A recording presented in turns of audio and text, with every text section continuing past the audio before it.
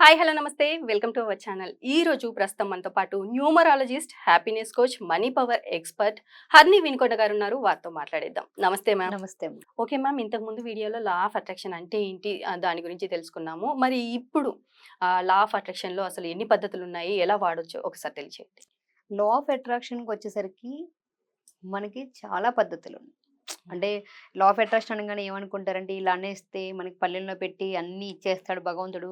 ఇలా కోరుకోంగానే మనకి అన్నీ వచ్చేస్తాయి అని అనుకుంటారు.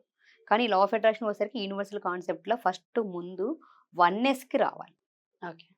అంటే చాలా మందికి ఈ లా ఆఫ్ అట్రాక్షన్ అర్థం కాకపోవటానికి, మన కోరికలు ఏదైనా సరే చిన్న చిన్నవి నెరవేరటానికి, పెద్ద పెద్దవి నెరవేరలేకపోవటానికి కారణాలు చాలా ఉంటాయి.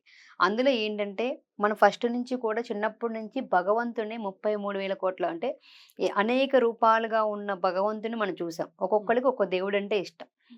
కొంతమందికి బాబా కావచ్చు, కొంతమందికి జీసస్ కావచ్చు, అల్లా కావచ్చు. ఇలా డిఫరెంట్ డిఫరెంట్ రూపాల్లో మనం తీసుకున్నాం. ప్రతి ఒక్కళ్ళకి తెలుసు భగవంతుడు అనేవాడు పైన ఒక్కళ్ళే ఉన్నారు. ఆ పరమాత్మను పట్టుకోవాలి. ఇందులో నుంచి నామరూపాలకు అతీతంగా మనం భగవంతుడిని చేరుకోవాలనేది ప్రతి పర్సన్‌కి తెలుసు. కానీ ఏంటి, మనం ఏంటంటే హ్మ్, ఏదైతే మన ఫేస్‌ని చూసి మనం ఇష్టపడతామో, ఆ విగ్రహారాధనలో ఆ భగవంతుడిని చూస్తూ, ఆ చైతన్యాన్ని చూస్తూ మనం హ్యాపీనెస్‌ని పొందుతాం. అంటే ఆ భగవంతుడికి కనెక్ట్ అవుతా ఉంటాం. కానీ ఇక్కడ చాలామంది కనెక్ట్ అవుతున్నా కూడా మనకి ఎప్పుడన్నా ప్రతిరోజు డిసిప్లిన్‌గా చేస్తామా? ఎక్కడో కొద్దిమంది మాత్రమే చేస్తారు. కొంతమందొచ్చేసరికి ఒక్కొక్క దేవుడి దగ్గరికొచ్చి ఒక్కొక్క కోరిక కోరుతా ఉంటాం. ఈ రోజున వినాయకుడి దగ్గరికెళ్తే వినాయకుడి దగ్గర ఒక కోరిక గుర్తొస్తది. అక్కడ ఒక కోరిక కోరతాం. ఇంకో దేవుడి దగ్గరికెళ్తే ఇంకొక కోరిక కోరతాం. ఇంకో దగ్గరికెళ్తే ఇంకొక కోరిక కోరతాం. అంటే అసలు అక్కడేం కోరాం, ఇక్కడేం కోరాం అనేది ఎవరికీ క్లారిటీ ఉండదు. అవునా కదా? అవును. మనకేంటంటే ఎప్పుడు ఏది గుర్తొస్తే మనకి డే మొత్తంలో 60,000 థాట్‌లు మనకి రన్ అవుతా ఉన్నప్పుడు మనం ఏ థాట్‌ని పట్టుకోలేము. ఆ పట్టుకోలేని దాంట్లో నుంచి ఒక్కొక్క కోరిక ఒక్కో దగ్గర చెప్తున్నప్పుడు ఏ కోరిక నెరవేరుతది? మనకే అవును. క్లారిటీ లేదు కదా! అందుకని భగవంతుడి దగ్గరికొచ్చేసరికి అందరూ అంటే వన్నెస్‌కి రావాలి. ఓకే. ఈ యూనివర్సల్ కాన్సెప్ట్ అర్థం అవ్వాలి అంటే ఎవరికైనా గాని ఫస్ట్ వన్నెస్‌కి రావాలి. వన్నెస్‌కి అసలు రావాలంటే వన్నెస్ అంటే ఏంటి? వన్నెస్ అంటే అందరూ ఒకటే. హ్మ్. భగవంతుడు నామరూపాలు వేరు కానీ భగవంతుడంతా ఒకటే. పరమాత్మ ఓకే. ఒకటే. అంటే సూర్యుడు, చంద్రుడు ఎలా అయితే ఉన్నాడో హ్మ్. ఈ భగవంతుడు ఒకటే. ఇప్పుడు సృజన ఇక్కడుంది. మీరు ఒకటే పర్సన్. అవును. కానీ మీ మదర్‌కి కూతురవుతారు. మీ ఫాదర్‌కి కూతురవుతారు.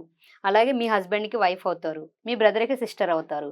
మీ ఓకే. అక్క వాళ్ళ అబ్బాయికి పిన్ అవుతారు. అంటే వరుసలు మారినియి కానీ ఉన్నది ఒకటే పర్సనా కాదా? ఓకే. ఓకే. అలాగే భగవంతుడు కూడా ఒక్కడే. కానీ ఒక్కొక్కళ్ళకి ఒక్కొక్క రూపంలో వాళ్ళకి నచ్చిన రూపాన్ని ఎంచుకొని వాళ్ళు పూజిస్తుంటారు. ఒకళ్ళకి బాబాది రూపం బాగా హ్మ్. ఒకళ్ళకి రాముడు నచ్చుతాడు. ఒకళ్ళకి అల్లా నచ్చుతాడు. ఒకళ్ళకి జీసస్ నచ్చుతాడు. అంటే అవును. వాళ్ళ యొక్క ఏదైతే ఉందో వాళ్ళ యొక్క వేవ్ లెంగ్త్‌ని బట్టి ఆ భగవంతుడు వాళ్ళకి ఆ రూపంలో నచ్చినప్పుడు ఆయన్ని ఆరాధిస్తా ఉంటారు. హ్మ్. అయితే అందరూ ఒక్కటే అని ఎప్పుడైతే వస్తామో, అందరూ ఒక ఏకభావంలోకి సూర్యుడు, చంద్రుడు ఎలా ఉన్నప్పుడు వస్తే ఆటోమేటిక్‌గా యూనివర్సల్ కాన్సెప్ట్‌ని మనం చాలా బాగా పట్టుకోగలుగుతాం. ఓకే. ఎందుకు పట్టుకోగలుగుతాము? ఎక్కడికెళ్ళినా గూడా మన ఇష్ట దైవం ఎవరనేది ఫస్టు. ఇక్కడేంటంటే, మీ ఇష్ట దైవం ఎవరు అనేది ఫైండ్ ఔట్ చేయాలి. హ్మ్. అందరూ దేవుళ్ళే. హ్మ్. ఇప్పుడు మన ఇంట్లో చాలా మంది చుట్టాలున్నారు, బంధువులున్నారు. కానీ అందులో మనకి ఇష్టమైన వ్యక్తి ఎవరో ఒకళ్ళు ఉంటారు కదా! అవును. అలాగే భగవంతుడిలో మీకిష్టమైన రూపం ఏదైతే ఇష్టముందో, మీరు ఆ ఇష్ట దైవాన్ని పట్టుకొని ఎక్కడికెళ్ళినా కూడా ఈ రూపంలో ఉన్న నా ఇష్ట దైవానికి నేను నమస్కరిస్తున్నాను. ఈ రూపంలో ఉన్న అల్లాకి నేను నమస్కరిస్తున్నాను. ఈ రూపంలో ఉన్న జీసస్‌కి నేను నమస్కరిస్తున్నాను హ్మ్. అని ఎక్కడికెళ్ళినా కూడా ఒకటే చైతన్యాన్ని చూడగలిగినప్పుడు, మనకి యూనివర్సల్ కాన్సెప్ట్ బాగా అర్థమవుతది. ఓకే. అప్పుడు ఎందుకంటే ఇప్పుడు నా దగ్గరకొచ్చిన క్లయింట్స్ చాలామంది ఏమంటారంటే, "అసలు లా ఆఫ్ అట్రాక్షన్ అంటే ఏంటి? మాకేం తెలియట్లేదు. మాకు అర్థం కావట్లేదు." ఆహ్, స్పేస్‌ని మనం ఆకాశం అనుకుంటారు. కొంతమంది నక్షత్రాలు అనుకుంటారు. కొంతమంది గ్రహాలు అనుకుంటారు. కొంతమంది హ్మ్. ఇలా డిఫరెంట్ డిఫరెంట్ అనుకుంటా ఉంటారు. అవును. అనుకున్నప్పుడు ఇక్కడ కొన్ని పద్ధతులని చెప్పుకున్నాం గదా! అవును. ఈ లా ఆఫ్ అట్రాక్షన్‌ని కొన్ని పద్ధతుల్లో మనం అప్లై చేస్తాం. ఒకటేంటి అఫర్మేషన్స్ అని.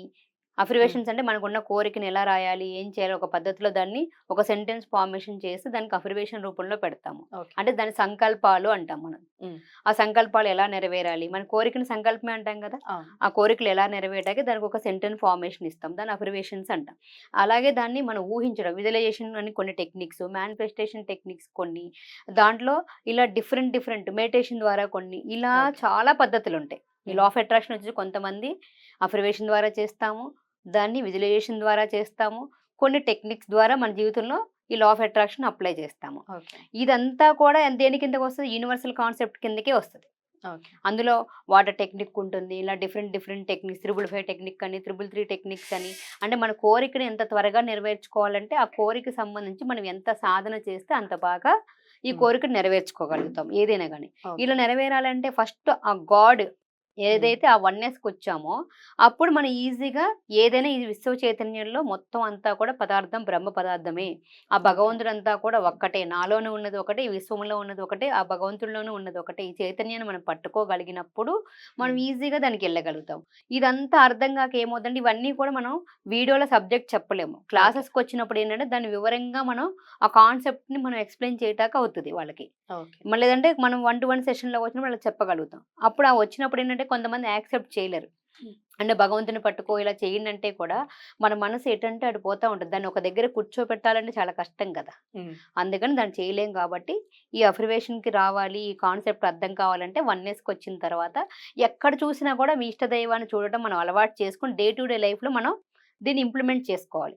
ఎప్పుడైతే ఈ డే టు డే లైఫ్లో మనం ఇంప్లిమెంట్ చేసుకుంటూ ముందుకెళ్తాం, ఒక రోజు గుర్తురాదు, రెండో రోజు గుర్తురాదు, మూడో రోజు కానీ నాలుగో రోజు గుర్తొస్తుంది కదా. ఆ గుర్తొచ్చిన దాన్ని మనం ఇంప్లిమెంట్ చేసుకొని ముందుకెళ్తూ ఉంటే దీన్ని ఎట్లా ఈ పద్ధతులు ఏవైతే ఉన్నాయో చెప్పాను కదా. ఒకటి అఫర్మేషన్ రూపంలో, విజువలైజేషన్ రూపంలో, మనకి ఎక్కడన్నా కూడా ఉపయోగపడేదంతా కూడా అఫర్మేషన్నే బాగా ఉపయోగపడుతుంది. అంటే ఏదైనా ఒక మన కోరిక నెరవేరాలంటే దానికి అఫర్మేషన్ ఫామ్లో పెట్టాలి. అంటే మనం ఎప్పుడు కూడా పాజిటివ్ మైండ్ సెట్లో ఉండాలి. మనం ఎప్పుడు ఎలాంటి నెగిటివ్ ఆలోచన లేకుండా ఎప్పుడు ఒక వేవ్లో పాజిటివ్ ఆలోచనలో ఉంటూ మనం ఉన్న కోరికని ఒక సెంటెన్స్ ఫామ్లో రావాలి. అంటే మనం ఒక స్టోరీ వింటాం, ఆ స్టోరీ అంతా విన్న తర్వాత ఒక సామెత వస్తుంది, చెరపకరా చెడేవు, అందులో నీతి అని ఒక వాక్యం ఎండింగ్ లో రాస్తారు కదా. అలా మన లైఫ్ లో మనకి కోరికలు చాలా ఉంటాయి. అంటే మీకు హెల్త్ పరంగా కావాలా, రిలేషన్ పరంగా కావాలా, మనీ పరంగా కావాలా, మీకు ఏమేమి కోరికలు ఉన్నాయి అనేది మీకున్న కోరికలన్నీ కూడా ఫైండ్ అవుట్ చేసి ఆ కోరికలకి మీరు ఒక సెంటెన్స్ ఫార్మేషన్ రాసుకోవాలి. ఆ సెంటెన్స్ అంతా కూడా ఎలా ఉండాలి, ప్రెజెంట్ టెన్స్ లో కానీ, అంటే ప్రెజెంట్ కంటిన్యూషన్. అంటే ఆల్రెడీ జరిగిపోతే ఎంత హ్యాపీగా ఉంటామో ఆ జరిగిపోయినందుకు అంటే పాస్ట్ టెన్స్లో, లేదంటే ప్రెజెంట్ కంటిన్యూస్. అంటే ఈరోజు నేను ప్రతిరోజు పొద్దునే లెగాలని చాలా మంది అనుకుంటారు. కాకపోతే ఏంటంటే నిద్ర లెగలేరు, చాలా మందికి లేజినెస్, పనులన్నీ. అంటే ఒక్క డే పొద్దున పూట లెగలేకపోతే ఆ రోజంతా అస్తవ్యస్తం అయిపోతుంది. అంటే ఒక్క నిమిషం, ఒక అరగంట లేట్ అయినా కూడా మొత్తం టైంని మనం సెట్ చేసుకోలేకపోతాం. ప్రతిదీ హడావుడైపోతుంది. అదే ఒక పెద్ద కష్టం కదా, డైలీ రొటీన్ మనం సెట్ చేసుకోవటం.